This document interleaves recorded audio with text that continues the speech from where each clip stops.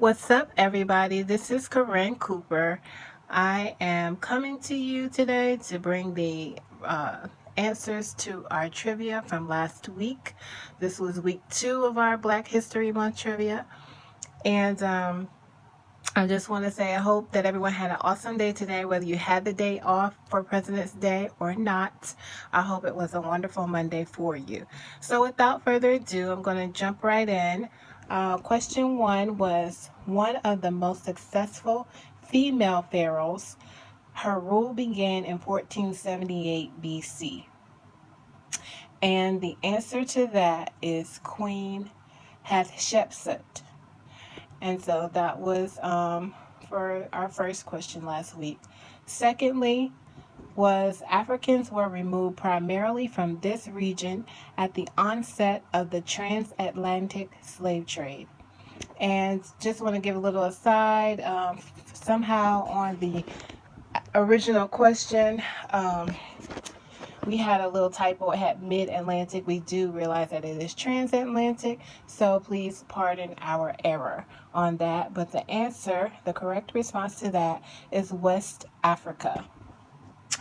The third question was, this structure is usually synonymous with fairy tales, luxurious lifestyles, and extreme wealth, but was anything but that for the slaves held here for trading and transport. It was built in 1482 in the area now known as present-day Ghana. And the answer for that was the Elmina Castle. The next question, the Americas, referring to North and South America, weren't the only ones involved in trading and transport of slaves from Africa. This continent is on record as having predated the Americas in the transatlantic slave trade from the early 1400s. The correct response to that was Europe. Okay. And then the final question, this slave was known as the first liberator of the Americas, having staged a revolt around 1570 near Veracruz, Mexico. And the response to that was Gaspar Yanga. So those are our questions and the correct answers. Again, we want to thank everyone who has been participating with our trivia, sending in responses. Please continue to do so.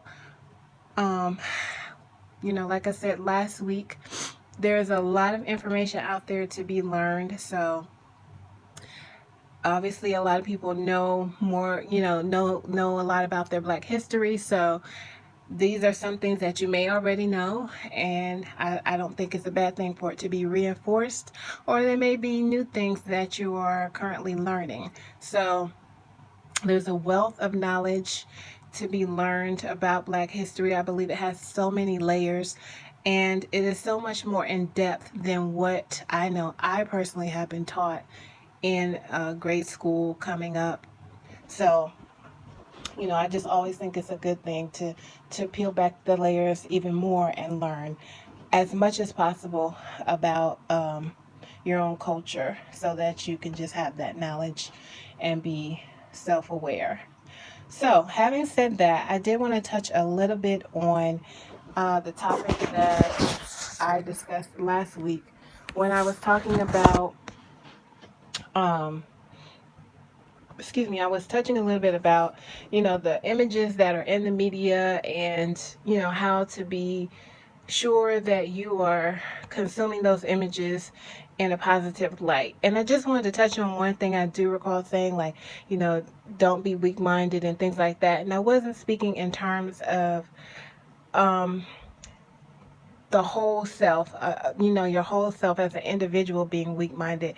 I was thinking more in terms of, young and impressionable children, teenagers, young adults. They're still being influenced. Their minds are still being shaped and formed as to how they see the world.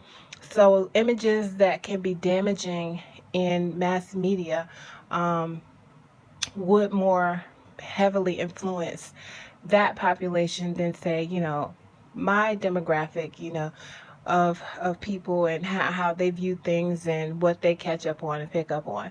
But also, I was thinking in terms of there are some things that, I might be more weak about and more, I guess, more likely to kind of take on that maybe I shouldn't be. And there's some strengths that I have personally. So I believe that a whole individual can still have areas in which they are weak. So, I wanted to kind of clear that up and make sure that, no one took that with a negative connotation. And I'll just say as a disclaimer, anything that I may say is typically not given with a negative connotation. I personally have a very positive outlook. I try to be a very positive person, but I am also a direct person. So I just wanted to make sure that we're all on the same page in regards to that. Having said that, I did want to give like an example of what I consider something or images or things that we see in the media that we don't kind of um, maybe not really fully consciously taken. And those are images like commercials, for instance. I've noticed that, there's a commercial that runs here in New York.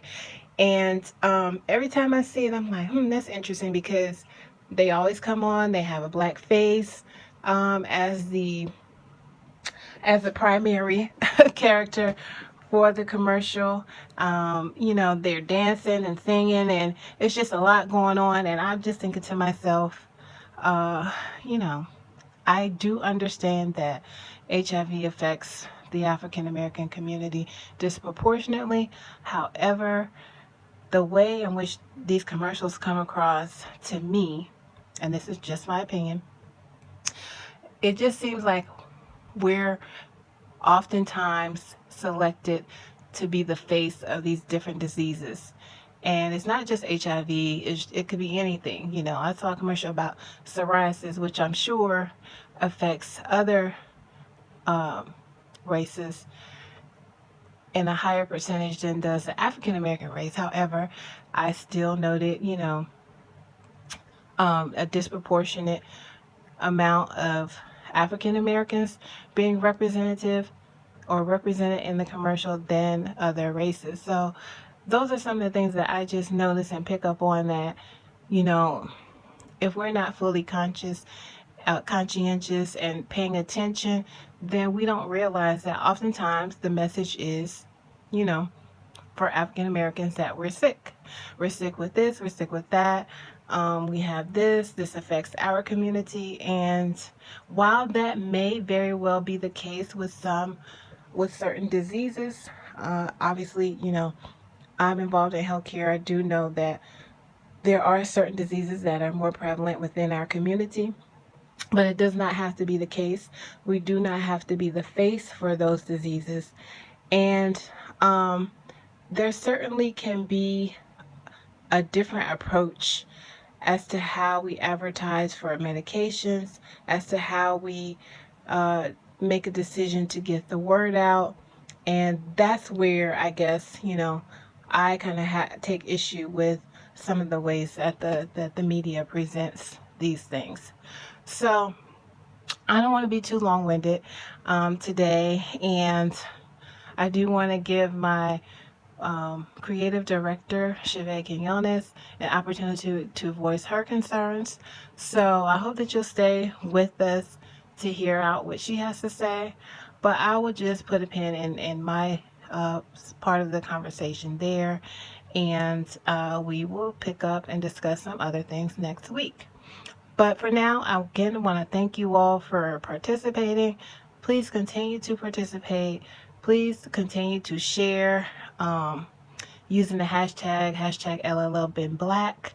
And we do have events coming up in the spring, so we hope that you'll stay tuned for those.